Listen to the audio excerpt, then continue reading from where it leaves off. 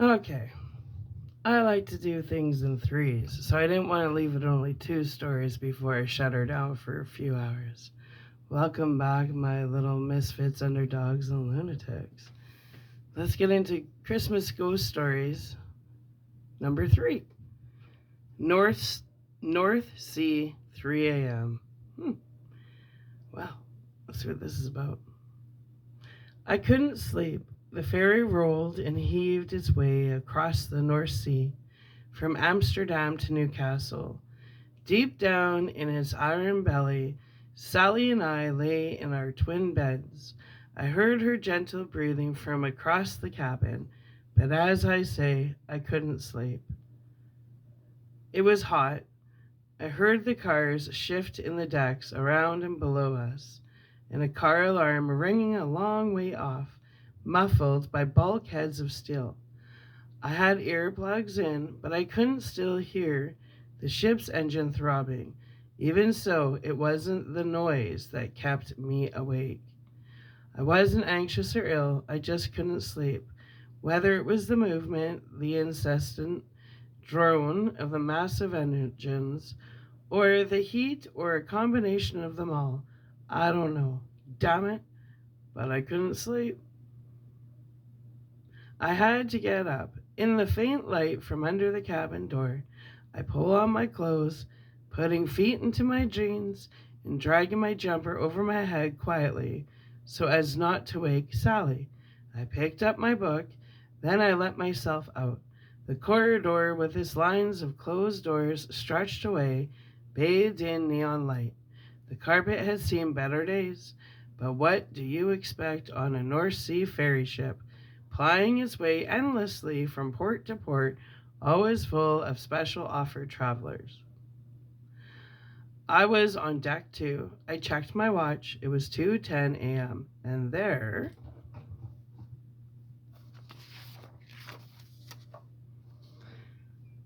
was no one about. I reached the lifts and pressed the button. The lift car came down with a mechanical whir and then a ping. The door hissed opened and the diamond above the door was turned green. The interior was mirrored on three sides. It was odd seeing the back of my head and the whirl of hair I didn't know I had. I was also going rather gray. There, I was disappearing into eternity, a tired middle aged man in an infinite regress of mirrors. The lift's arrival at deck 7 cut short my reveries. The door glided open and I stepped out into the lobby area. The reception was unmanned. A crew member's jacket lay slung over a chair and a bottle of water sat on the desk. The staff were probably in the back asleep. The Christmas tree lights silently flashed and tinsel quietly glittered with golden fire as it stirred in a breeze that oozed in with a groan from around the metal doors. I imagined the miles of empty sea and the wind moving over it unseen and unpeopled. The gale force wind gusted and moaned outside while the ship rolled under my feet, pitching and heaving. I kept my balance by shifting my weight like a clown on a unicycle. The mute reception bell gleamed silver, but why would I call anyone? I had what I needed in my glasses and my book. Laughter echoed from the decks above. A handful of drunks were still up. Somewhere, out of sight, youngsters were having a good time. Laughter and conversation peppered with casual profanities in thick Newcastle accents. I didn't want to see them or, in fact, see anybody. I can totally relate to that. I wanted this huge ship and the dark sea outside all to myself. I stepped gingerly, bracing myself against the swell, headed along to the breakfast area, one hand on the counter. I passed through the empty bar, a metal screen down to protect the alcohol. The chairs had all been straightened, though old bubble stained glasses sat here and there on tables, and a woman's glittery jacket hung on the back of a chair. The coffee area was through the bar and also shut up. Another Christmas tree stood here and more tinsel around the windows. I chose to sit at the far end by the door that led to the deck. I wanted to be as far away as possible from other people. I didn't want to have chat about nothing much. I'd rather read. So I lodged myself in a corner with the North Sea at my back. I got myself comfortable, took out my book, a collection of ghost stories, placed my glasses on my nose, and began to read. The story was They by Rudyard Kipling, and it absorbed me into its descriptions of bygone England in the summertime. Outside, the gale screamed, and the doors shifted and clicked as the wind fretted at it. In front of me, through the empty coffee lounge and the vacant bar leading to a deserted reception area, Christmas trees rippled through a repertoire of red and blue and yellow lights. The tinsel shimmered. The stars on top glittered silently. But the lights, spiraling colors, were an illusion. Nothing really moved but the sea and the ship on it. Of a sudden, as I sat engrossed in stories of midnight and spirits, and the shivering dead, the door came open behind, and as it opened, the sea air entered.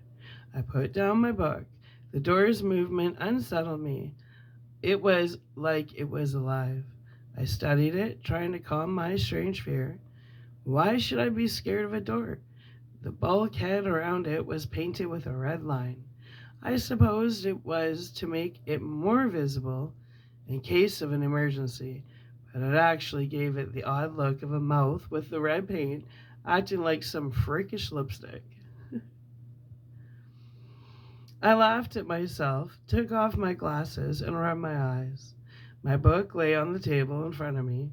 The ghost stories must be getting under my skin. I glanced out through the window for reassurance. There were lights on the deck, but they were weak against the enormous darkness outside. But no man-shaped windows looked there, and certainly none had entered. Through the door had clicked closed doors impulsively. I stepped up, steadied myself against the heavy bulkhead, and shoved. I had to push my shoulder against the door to open it. I had a strange urge to breathe salt air, to step through the metal hole, as if the door beckoned me to use it.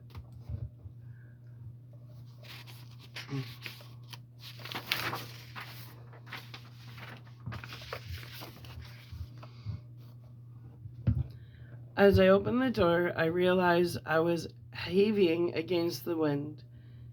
In that case, how had the wind opened the door outwards? Outside, the weather howled. Spray drenched me and took my breath away. It was freezing, and the sky was vast and dark and endless. I went to the white painted rail of the deck and peered down to the waves so far below.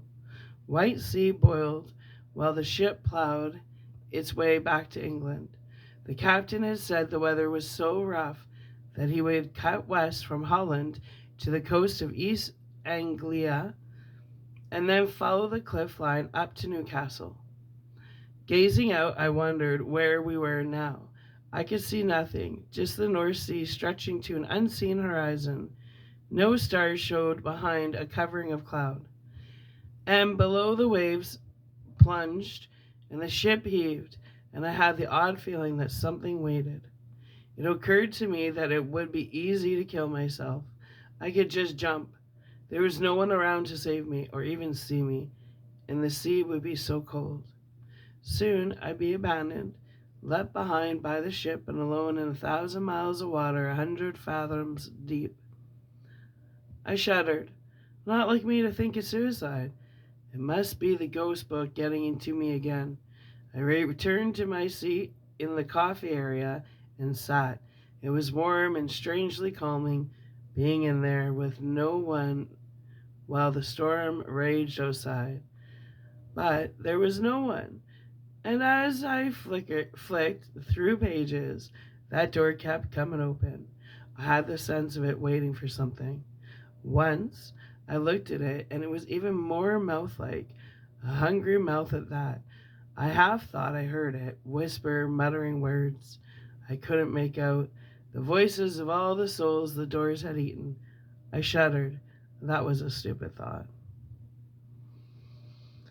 I was just being foolish again. Of course I was. What an imagination I'd always had. I went back to my book, but as if it was listening to me, and the door clicked open again. I glanced over my shoulder and saw the door shut itself. I muttered, "Just the wind, just the wind, just the wind." There was something about that door. It frightened me, but I resolved to be brave. I pushed my glasses up my nose and read on.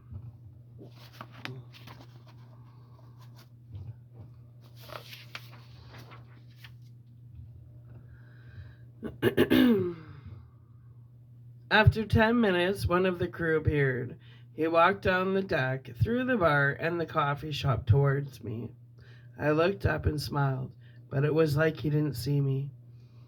He was in his mid-30s with short black hair and a neat black beard. He wore the blue shirt and pants of the crew, and I saw he had a name badge with Merrick on it. He went to the door, the same door that kept opening and closing like it was chewing something. I almost warned him to be careful, but he was a practical man, a working man. He would think me foolish. I guess there must be a sensor on it that told the ship's crew it kept opening. Merrick went outside. I thought he'd need a coat, but he didn't have one. I couldn't see him, so he must be checking from outside why the door kept coming open. I finished my story. It was now 3 a.m., time for another attempt at sleep.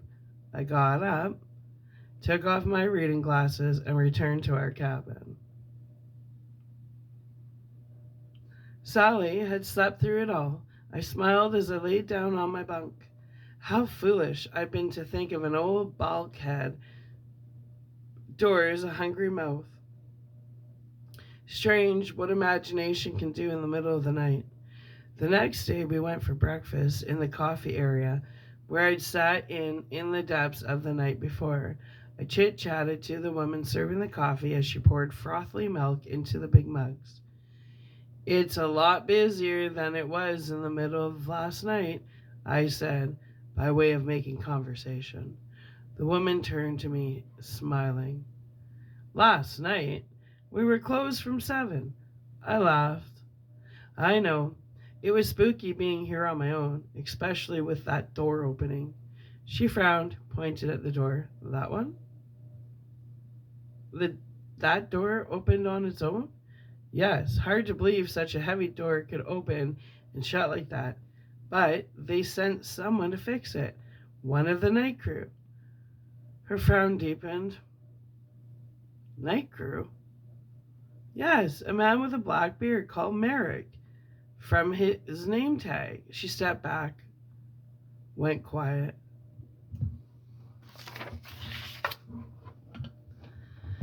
It was my turn to frown. "What is it?" She couldn't meet my eye. She said, "We don't have any crew members named Merrick." "But we did. About a year ago, a steward called Merrick jumped from deck 7 into the North Sea. It would be this time of year, about 3 a.m. Ooh, that one was creepy, but I liked it. Well, anyways, my little underdogs, misfits, and lunatics, we're going to shut her down for a few hours. I hope you enjoyed the first 3 Christmas ghost stories. The next story, after I have a few hours break, of course, I always need a few hours, come back, is going to be story number 4, The Snow Globe. Well, I love you, and I'm sure because most of you are probably still sleeping, so I hope you're having sweet dreams. Time is non-linear, so when you listen to this, I hope you enjoy it. Bye.